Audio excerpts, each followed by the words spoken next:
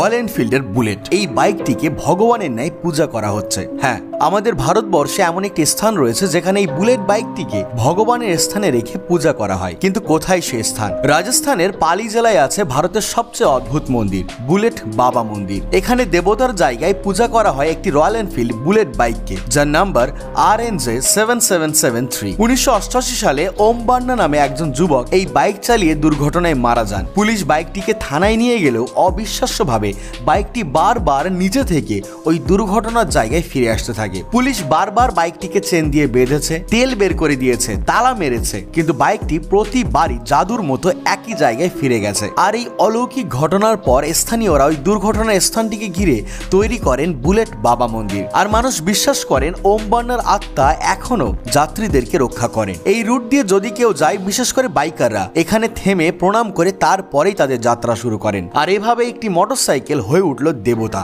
অদ্ভুত না? তো বন্ধুরা, এমন অদ্ভুত বিষয় সম্পর্কে আরো জানতে সাবস্ক্রাইব আওয়ার চ্যানেল।